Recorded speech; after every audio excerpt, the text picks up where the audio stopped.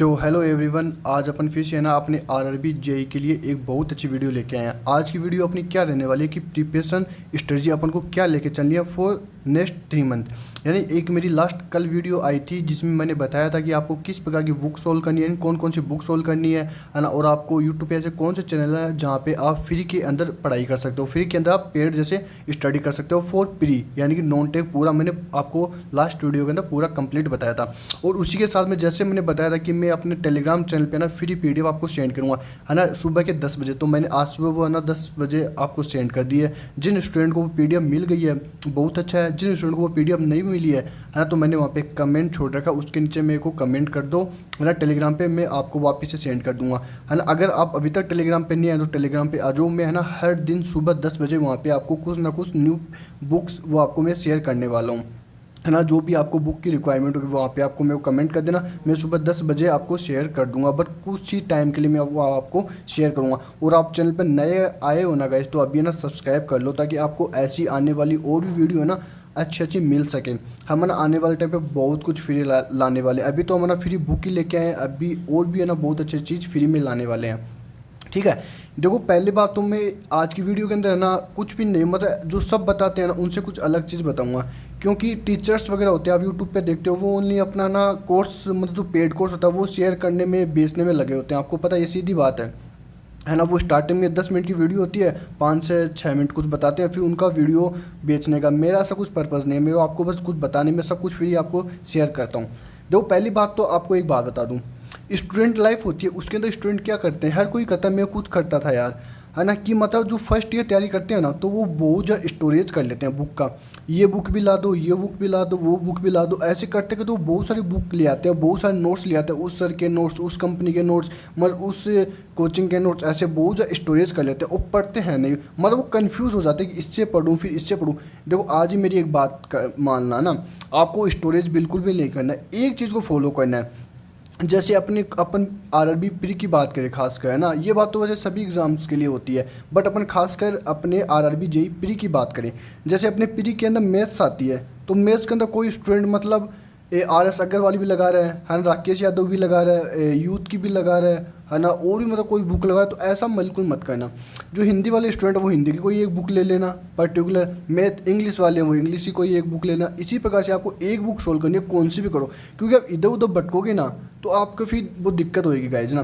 तो एक book follow करना, आप ना पहले दिन ही देख लीजिए कि आपको सारी बुक देखना, आपको वैसे स्टार्टिंग आप सारी बुक देख लो, फिर आप ये देख लो कि मेरे को कौन सी बुक अच्छी लग रही है ना, किस बुक से मैं अच्छा स्टडी कर सकता हूँ। मैं सारी बुक गाइज टेलीग्राम चैनल में लिंक है ना डिस्क्रिप्शन में दे रहा हूँ, वहाँ से आप है ना टेलीग्राम पे आ जाओ, ठीक है। वहाँ पे सारी बुक आपको मैं फ्री ऑफ कॉस्ट शेयर करने वाला हूँ, है ना। हालांकि मैंने बहुत सारी बुक शेयर और कर दिया, मैं और करूँगा। तो आपको ऐसा स्टोरेज बिल्कुल भी नहीं करना है, एक पर्टिकुलर बुक से पढ़िए, लिमिटेड चीज़ें पढ़िए जहाँ से आपको अच्छा कंसेप्ट मिल सके, वहाँ से आपको रीड करना है, ठीक है। और मैं तो गाइड करता रहूँगा, मैंने लास्ट वीडियो में बताया था आपकी कौन कौन सी आपको बुक लगा सकते हो, ठीक है।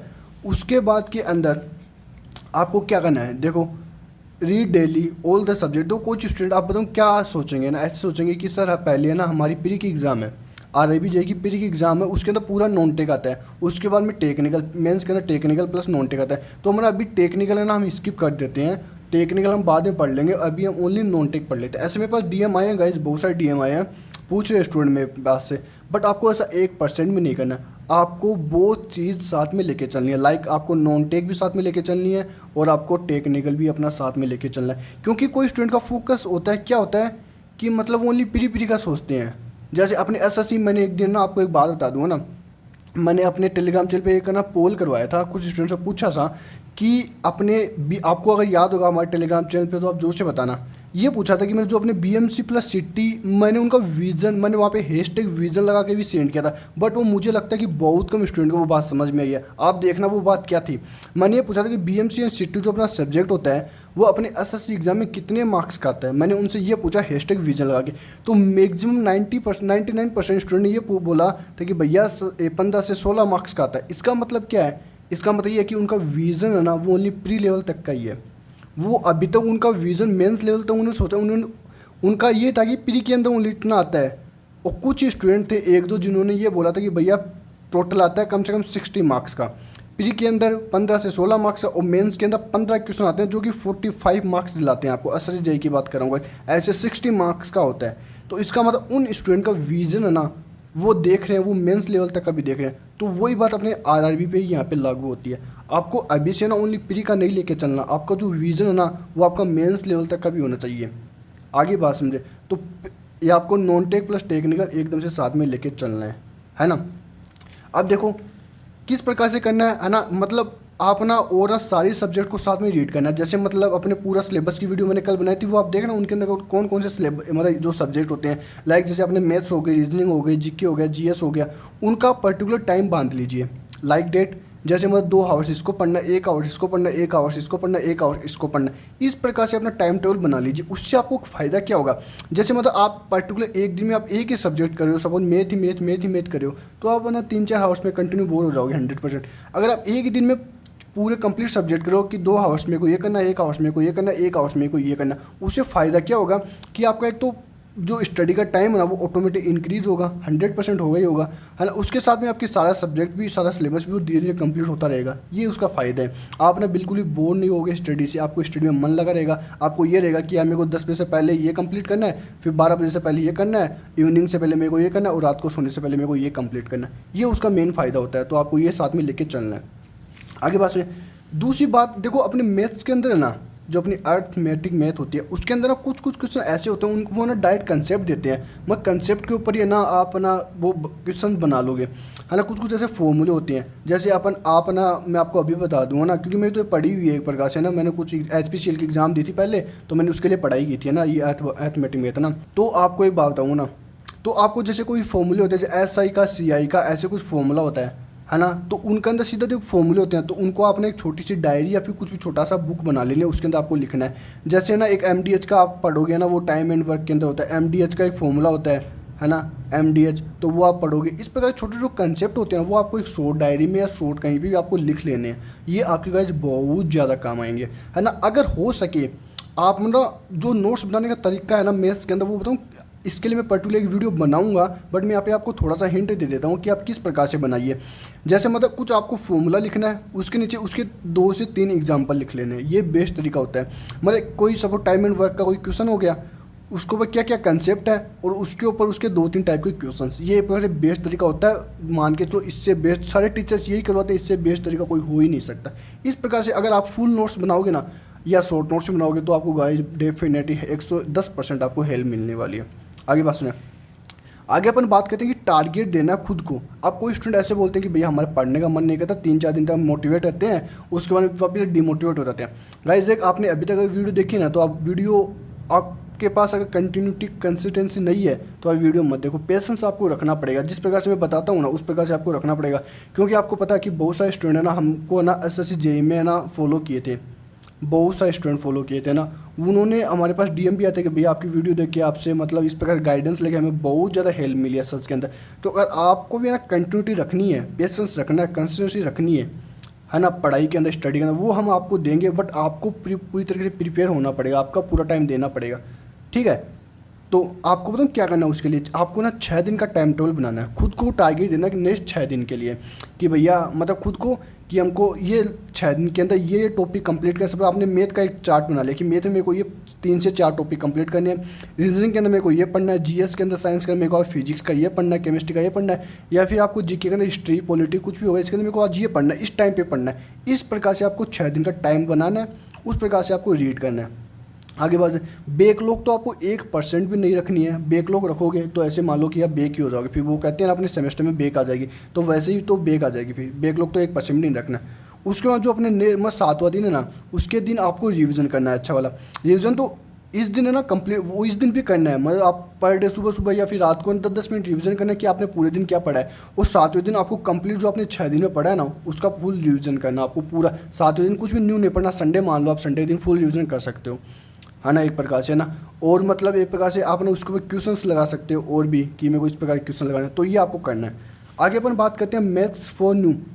तो आपको मैं एक बात बता देता हूँ ना, आप ना कुछ स्टूडेंट ऐसे होंगे जिन्होंने अर्थमेटिक मैथ होती है ना वो बिल्कुल भी आज तक नहीं पढ़ी होगी। ऐसे बहुत सारे स्टूडेंट होंगे जो RRB की JEE की तैयारी पहली बार कर रहे होंगे, डायरेक्ट SSC JEE से आए होंगे, उनको मैथ्स के बारे में कुछ नहीं पता। तो आपको मैं आज एक ही बात बता दूँ कि जो मैथ्स होती है ना वो एक प्रकार रीजनिंग की तरह है। ये बात आज ना आप अपना लो। रीजनिंग की तरह एक प्रकार से मैथ होती है। इसका मतलब क्या कि आप जितनी प्रैक्टिस करोगे ना, जितने क्वेश्चंस लगाओगे, उतनी आपको ज़्यादा आएगी मैथ्स। एक प्रकार रीजनिंग है, इसके अंदर कैलकुलेशन वही प्रकार से मैथ्स है ना। इसके अंदर बस थोड़े से फॉर्मूले याद कर लो, उसके बाद में आपकी वही जैसे आपके रीजनिंग के अंदर पूरे पूरे आते हैं ना, मैथ्स के अंदर पूरे में पूरे आ जाएंगे। ये फंडा आपको आज ही अज्यूम कर लेना। उसके बाद में अपन आगे बात करते हैं। हाँ, एक ये बात इंपॉर्टेंट है, देखो यार, आप ना मतलब कुछ चीज़ कर रहे हो ना न्यू, तो आपको उसके बारे में पता होना चाहिए कि मैं ये चीज़ कहाँ से स्टार्ट करूँ, इसके अंदर आता क्या क्या होता है इसके अंदर पर्टिकुलरली। आप जैसे मतलब आपको मैं कोई एग्जांपल देता हूँ, आप कोई फ़ोन लेते हो, नया मोबाइल लेते हो ना, तो उसके बारे में आप पहले सर्च करते हो कि यूट्यूब पे वगैरह वगैरह कि यह कैसा है, किस प्रकार का, इसका पूरा फीचर्स देखते हो। तो उसी प्रकार से है ना, आप और कोई भी एग्जांपल ले सकते हो गाइस, बट मैंने आपको ये एग्जांपल दिया। तो उसी प्रकार से आप ना आज या फिर कल एक काम करना, ये वीडियो देखने के बाद आप टेक्स्ट बुक पर जाना, वहाँ पे आपको प्री का जो 19 का पेपर मिल जाएगा आरआरबी जेई का। 90 मिनट आपको खुद को देना है। 90 मिनट के अंदर वहाँ का एक पीवाईक्यू का पेपर लगाना है। पीवाईक्यू का आपको पेपर लगाना है, ठीक है। आपके 100% में गारंटी देता हूँ, आप मेरे स्टूडेंट हो, मुझे पता है आपके 35 प्लस तो नंबर श्योर आ जाएंगे वहाँ से। 35 या 40 प्लस भी आप आराम से, एक जो नॉर्मल स्टूडेंट है, नॉर्मल स्टूडेंट, वो भी 40 प्लस आराम से कर लेगा स्कोर, मुझे पता है इतना स्कोर कर लेगा। बट इस स्कोर को आपको कहाँ तक लेके जाना है, 80 से 85 लेके जाना है। ये आपकी प्रिपरेशन फिर बताएगी। अभी तो आप मुझे पता 40 नंबर ले आओगे, बट आपको ये पेपर आज ही करना है गाइस, या फिर कल सुबह उठते ही आपको ये पेपर करना है। आपको ये देखना है जो पर्टिकुलर आरआरबी जेई की तैयारी कर रहे हैं वो स्टूडेंट, आपको ये देखना है कि यार क्वेश्चन किस टाइप के आ रहे हैं, जो मैथ है उसका लेवल क्या है, रीजनिंग का लेवल है ना, रीजनिंग का लेवल है वो एसएससी के इक्वल है, एसएससी के इक्वल नहीं है। जो साइंस है वो 10th लेवल की आ रही है, फिर 10th लेवल की हाई आ रही है, किस प्रकार से आ रही है, बट आती 10th लेवल की वो आपको देखना है ना। जो जीके आ रहा है उसमें किस प्रकार के क्वेश्चन आ रहे हैं, कितने क्वेश्चन आ रहे हैं, वो बताते तो सब, बट स्टूडेंट को पता तभी चलता है अच्छी प्रकार से जब वो खुद देखता है। एक प्रकार से वही कहते हैं ना कि यार खाना बहुत अच्छा बना, खाना बहुत अच्छा बना, ऐसे तो हर कोई बता देगा, बट आप खुद खा के देखोगे, उसका स्वाद लोगे, तभी तो पता चलेगा ना। तो वही तरीका है एक प्रकार से। आपको एक पेपर लगा लेना 90 मिनट का, 90 मिनट का होता है एक पेपर, आपको 1.5 आवर्स का ये लगाना ही है, ठीक है, आपको पता चल सके। उसके बारे में अपन बात करते हैं। देखो आपको ना, हाँ, ये साथ में लेके चलनी है। जैसे मैंने बताया आपको टेक्निकल प्लस नॉन टेक आपको टुगेदर एकदम से साथ में लेके चलनी है। CBT 1 एंड CBT 2 आपको साथ में लेके चलनी पड़ेगी गाइज, है ना। आप ऐसे मत सोचा कि मैं ओनली प्री की कर लेता हूँ या फिर मैं टेक्निकल वैसे कर लेता हूँ, आपको दोनों साथ में लेके चलनी है। जितना आप नॉन टेक में दोगे ना, उतना ही टाइम आपको ना मेंस के अंदर, मेंस के लिए, टेक्निकल के लिए भी देना होगा, है ना। ये बात याद रखना, ठीक है। देखो अपन यहाँ पे एक बात वो कर लेते हैं, मतलब अपने जो रीजनिंग सब्जेक्ट होता है ना एसएससी जेई के अंदर, उनके अंदर स्टूडेंट ना पूरे में से पूरे मार्क्स लाते हैं, है ना, कोशिश करते हैं, मतलब वो एक प्रकार से स्कोरिंग सब्जेक्ट होता है। उसी प्रकार से अपने आरआरबी के अंदर है ना, मैथ्स प्लस रीजनिंग एक स्कोरिंग सब्जेक्ट होता है, उसके अंदर आप पूरा अपना 100% सिक्योर कर सकते हो, है ना। ये बात आपको आज मान के चलनी है। जैसे एसएससी के अंदर रीजनिंग होती है, उसी प्रकार से आरआरबी जेई के अंदर मैथ्स प्लस रीजनिंग होती है, जो एक स्कोरिंग सब्जेक्ट होता है, एक सिक्योर सब्जेक्ट होता है, जिससे आप अच्छे मार्क्स ला सकते हो। उसके लिए आपको क्या करना है, डेली के डेली 100 क्वेश्चन लगाने हैं। मैथ्स के 100 क्वेश्चन, रीजनिंग के 100 क्वेश्चन। गाइज जो मेरी बात मानेगा वो सक्सेस होएगा, और जिस दिन सक्सेस होएगा उस दिन मेरे को बता देना। हुए हैं गाइज, प्री के अंदर 145 भी नंबर आए हैं जो मेरे स्टूडेंट है ना, यानी कि 125 प्लस स्टूडेंट तो बहुत सारे हैं, है ना। 100% तो मैक्सिमम स्टूडेंट है, 99% है वो 100 में, पर बहुत सारे DM आया, बहुत सारे DM आए, मैं आपको शेयर कर दूंगा। तो ऐसे भी स्टूडेंट हैं जो मेरी गाइडेंस से प्रिपेयर हुए हैं प्रकार से। तो जैसे मैं बताता हूँ ना, आरआरबी की जेई की तैयारी वैसे वैसे आप स्टार्ट कर दो। 100 क्वेश्चन आपको रीजनिंग के, 100 क्वेश्चन आपको मैथ्स के लगाने हैं, ठीक है, डेली लगाने हैं। बुक्स मैंने टेलीग्राम पे सेंड कर दी है, कल वाली वीडियो मैंने बता दिया कि आपको किस बुक से लगाना है, ठीक है। YT चैनल मैंने कल वाली वीडियो को मैं बता दिया कि आपको किस यूट्यूब चैनल से पढ़ना है, लिंक मैं डिस्क्रिप्शन में दे दूँगा। कल वाली वीडियो आपने नहीं देखी है तो वो जरूर से देखना, ठीक है। उसके बाद में अपन बात करते हैं। देखो आपको ना नोट्स है ना, जो आप शॉर्ट नोट्स बना रहे हो, फुल नोट्स बना रहे हो, वो इस प्रकार से मतलब बनाने हैं ताकि वो आपको लंबे टाइम तक याद रहे।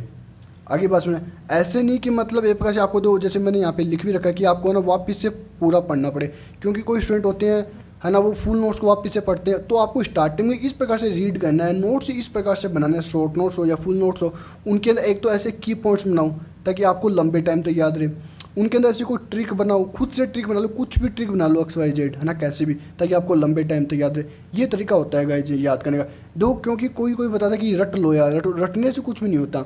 ये कंपटीशन है गाइस, इसके अंदर है ना, आजकल कंपटीशन इतना बढ़ गया है एक प्रकार से कि जितना मतलब आप लंबे टाइम तक याद रख पाओगे ना, उतना आप आगे सक्सेस होगे। तो ये बात है ना, याद रखना, ठीक। अच्छे नोट्स बनाना, ट्रिक की मतलब ट्रिक के साथ नोट्स बनाना, और की पॉइंट्स के साथ में नोट्स बनाना, ताकि आपको लंबे टाइम तक याद रहे, ठीक है। आगे बात बता देता हूँ। जैसे मैंने आपको लास्ट वीडियो में बताया था कि कट ऑफ के पीछे मत जाएगी, कट ऑफ कितनी जाती है, कितनी जाएगी, कितनी आज तक जाती आई है, ऐसा बिल्कुल मत जाइए। आपको टारगेट लेके चलना है कि मेरे को प्री के अंदर 80 प्लस क्वेश्चन, आप जैसे फिर किसी भी जोन से आते हो 80 प्लस क्वेश्चन मेरे को सही करने हैं। मेंस के अंदर मेरे को 1 यानी 110 क्वेश्चन मेरे को सही करने हैं कैसे भी करके, ठीक है। अब गाइज इसके साथ मैं आपको एक दो बात और बता देता हूँ। अगर आपको किसी भी प्रकार की दिक्कत है आरआरबी जेई को लेके या फिर RRB JE mean SSC JE mains को लेके, तो आप मेरे को टेलीग्राम पे डीएम कर देना, ठीक है ना। उसके साथ आपको किसी भी प्रकार की मटेरियल की रिक्वायरमेंट हो फ्री ऑफ कॉस्ट, तो ना मेरे को टेलीग्राम पे डीएम कर देना, फिर वहाँ पे ग्रुप पे छोड़ देना। और याद रखना टेलीग्राम पे जोर से तो आ जाओ, मैं वहाँ पे ना हर 10 बजे सुबह फ्री बुक आपको मतलब कुछ तो कुछ बुक मैं शेयर करता रहूँगा। आज मैंने काफ़ी सारी बुक, कम से कम 10 बुक मैंने है ना शेयर की थी। कल भी मैं कम से कम बहुत सारी बुक शेयर करूँगा जो आपके काम आएगी अलग अलग स्टूडेंट के लिए, हिंदी प्लस इंग्लिश दोनों लैंग्वेज के लिए। और आपको यहाँ पे ना चैनल को सब्सक्राइब तो जोर से कर देना, लाइक जोर से कर देना, कमेंट जोर से कर देना और शेयर जोर से कर देना, ठीक है। अगर आप चाहते हो है ना तो जोर से कर देना, ठीक है। Thank you guys.